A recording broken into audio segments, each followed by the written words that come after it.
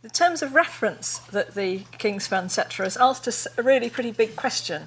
I think both in the interim and the final report, I hope we've lived up to the scale of that question. But it started off with saying, if we go right back to the 48 settlement, was the way in which the division was made then between health and social care one that really still stands today, when the numbers of elderly are rising and so many more people have these long-term conditions, so the needs for social care are so much greater, but yet we're still pulling down the money for these systems through two different ways. Social care, as we know, is not ring-fenced, and it's very heavily and increasingly heavily means-tested. We made a case in the interim report for moving towards a single and ring-fenced budget for health and social care with a single commissioner.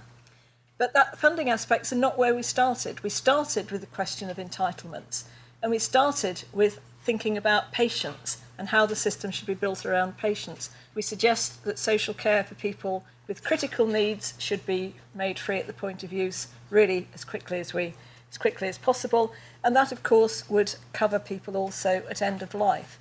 As we move on, and I'm as aware as anybody of the difficulties of the economic situation that we still have, and certainly the difficulties of the fiscal situation, but moving on, I think that the economy should be strong enough and the fiscal position should improve sufficiently for us to think about making social care free for people with substantial needs. This isn't about shifting everything onto the state, or more accurately, onto the taxpayer as a generality. There would still be elements of co-payments, and I'll say a little bit more as I go through, but in particular, one of the things we have suggested is that people would still need to be responsible for their accommodation costs if they move into care, and in that sense there would still be some co-payments. But it seems clear to us that some of the spending plans we've got for health and social care today are not really realistic. This sort of sets out in very more general terms how we see this new simpler path. But the point of it is that people start out with some non-means tested allowance. It's a cash payment, building really on attendance allowance for the over 65s. We then see people moving on into sort of more medium needs, where they start to need social care support at home.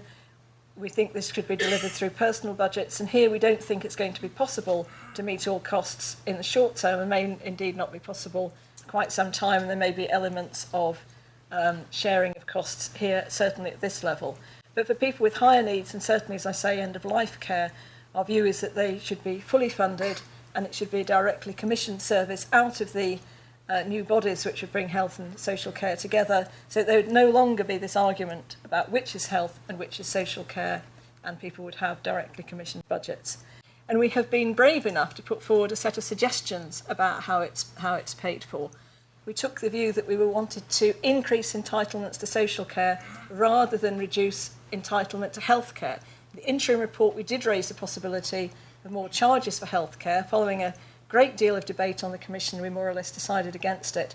But we have suggested some restructuring of prescription charges with a much lower charge of £2.50 perhaps, but much smaller exemptions.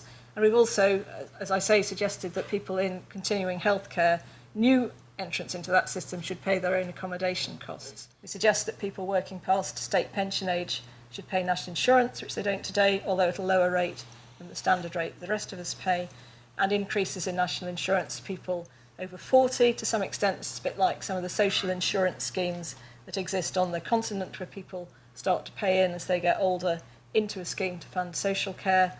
I think this is a simpler way of doing it, however, and an increase in national insurance for those earning more than 42k above the upper earnings limit by 1% from 2 to 3. And this adds up actually to a package that more than funds what we want for social care. So it gives the government some room to look at these ideas and choose between them. So either individually as families or across all taxpayers, we have to meet this cost.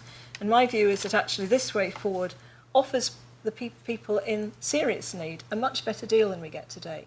I'd just like to finish by thanking very much my fellow commissioners for their tremendous support and very vigorous debate during this work, and also to thank the King's Fund again very much for giving me the opportunity, and Nick and Richard and Claire in particular, for just fantastic support. And thank you for listening today.